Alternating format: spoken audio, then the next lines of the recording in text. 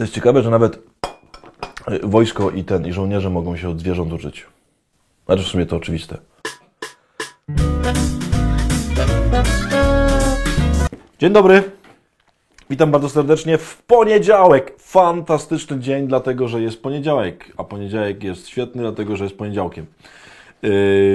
Moi drodzy, ciekawostka, która będzie trochę kontynuacją tego, to wczoraj. Mianowicie chciałbym dołożyć do tego wczorajszego jakby drugi klocek. Chciałbym dołożyć jeszcze jedną część, żeby dobrze o tym pomyśleć. Ale najpierw ciekawosteczka. Moi drodzy, w arktycznych rejonach Ameryki Północnej żyje niejaki piżmowół. Takie czterokopytne, w sensie chciałem powiedzieć parzystokopytne zwierzę, niejako ssak. Takie duże, taki niby bizon, taki niby żubr, takie fajne dosyć. Żyje sobie tam to w arktycznych takich rejonach, ma takie grube futro, ma takie tutaj włosy wielkie. I te piżmowoły, to są zwierzęta stadne, wypracowały fantastyczną, że tak powiem, metodę wojenną. Jak się okazuje, starożytni się w ogóle uczyli od nich, jak walczyć. Mianowicie piżmowoły bronią się tak zwaną falangą. W sensie stąd się potem wzięła ta formacja wojskowa, nazywana falangą. O co chodzi? Takie piżmowoły, jak sobie tam żyją w jakimś takim stadzie, no to łażą tak rozproszone po całej okolicy. I one mają szczególnie wroga w wilkach. W sensie wilki tam w tych śniegach też tam grasują. I tam czasem napadają takie stada piżmowołów, żeby tam właśnie jakieś albo młode, albo jakieś tam matki, żeby je tam porwać, zagryźć i potem mieć mięsko na całą zimę. I jak się, że tak powiem, wycwaniły piżmowoły? Otóż piżmowoły, kiedy idą wilki, jak zobaczą, to się bardzo szybko skrzykują, żeby się w taką kupę zebrać. I z przodu od nadchodzącego wroga ustawiają się najsilniejsze osobniki, po prostu faceci, mocne samce. Młode i matki, szczególnie jakieś tam karmiące czy w ciąży, są zawsze jakby w drugim, w trzecim rzędzie w środku. Jeśli wilki zaczynają okrążać takie stado, to wtedy się robi takie zamknięte koło, w sensie dookoła ustawiają się te silne osobniki. I takiemu wilkowi jest bardzo trudno, to jest prawie że niemożliwe, dostać się do środka takiej falangi. One mają takie rogi i mają kopyta, te piżmowoły, więc są w stanie jakby takiego atakującego wilka w ogóle nawet zabić. To się mogą go albo zakopać na śmierć, albo tym rogiem go tam przyszpilić. Stąd się wzięła rzeczywiście potem formacja taka wojskowa, właśnie tak układana, jakby złożona z tarcz, gdzie jakby było nie do przejścia do środka. Tylko co jest bardzo ciekawe, zaobserwowano kiedyś takie stado, któremu się coś pomieszało.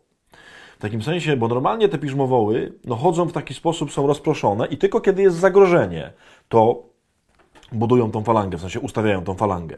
Natomiast było jakieś takie stado, które obserwowano, któremu coś się po prostu poprzestawiało w głowie, całemu stadu. I stado po jakimś tam długim okresie, kiedy było atakowane przez wilki, zaczęło cały czas chodzić taką falangą. Jakby trochę się te wilki, boże nie wilki, tylko te piżmowoły przestraszyły, jakby były ciągle atakowane, i łaziły non-stop w taki sposób. Co się okazało?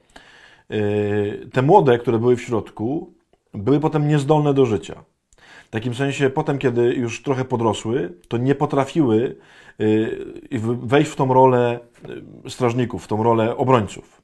Tak się przyzwyczaiły do tego, że są w środku, do tego, że są tam jakby pilnowane, że po prostu nie wydoroślały, nie stały się potem wojowniczymi piżmowołami, które mogłyby stawić czoło następnym wilkom.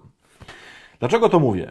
Dlatego, że wczoraj mówiłem o rodzinie i mówiłem o wspólnotach, o byciu razem, o tym, że potrzebujemy nastawionych dziobów, żeby się bronić i tak dalej. Warto w ogóle, jeżeli ktoś nie oglądał, to warto ten odcineczek zobaczyć, o czym tam była wczoraj mowa.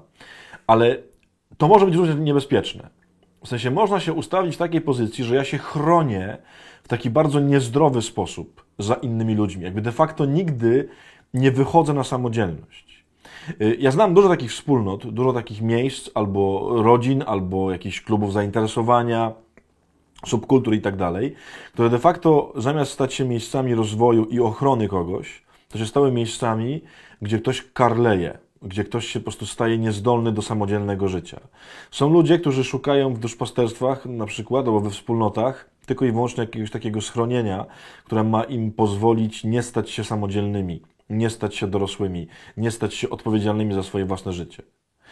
I myślę, że bardzo warto do tego wczorajszego dołożyć to dzisiejsze. W sensie, żebyśmy się nie stali takim stadem piżmowołów, któremu coś się w głowach tam pochrzaniło i po prostu cały czas chodzi w takiej obronnej postawie. Nie. Trzeba się oczywiście bronić wspólnie, ale też trzeba te swoje młode w pewnym momencie wypuścić, żeby się uczyły. Żeby się uczyły walczyć, żeby się uczyły same przetrwać, żeby się stały dorosłe. Pomyśl, jeżeli jesteś gdzieś w jakiejś wspólnocie, w jakiejś grupie, może w jakimś duszpasterstwie, czy przypadkiem nie zrobiłeś sobie z tej wspólnoty czegoś takiego. Zdanie na dzisiaj, myślę, że znowu trochę nieoczywiste, bo ono dotyczy innego wydarzenia, ale jakby myślę, że może być dobrym wezwaniem dla nas. To zdanie, które Pan Jezus powiedział do Łazarza u świętego Jana, w Ewangelii świętego Jana, w 11 rozdziale, kiedy Łazarz leżał w grobie i powiedział do niego, zawołał do niego donośnym głosem: Łazarzu, wyjdź na zewnątrz. Jeśli siedzisz w jakiejś takiej wspólnocie, jeśli wiesz, że tam po prostu już się zakisiłeś i donikąd to nie prowadzi, to cię absolutnie, no właśnie, sprawia, że spadasz do parteru, że nie doroślejesz, nie usamodzielniasz się, to wyjdź na zewnątrz. Zostaw takie miejsce. Łazarzu, wyjdź na zewnątrz. Nie bądźmy jak szalone stado piżmowołów, którym się trochę pomyliło i cały czas chodziły falangą.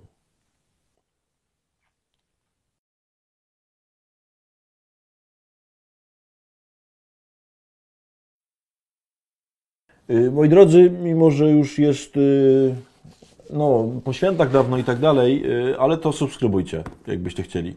Tak poświątecznie. I tutaj zajrzyjcie na stację 7, też gdybyście chcieli.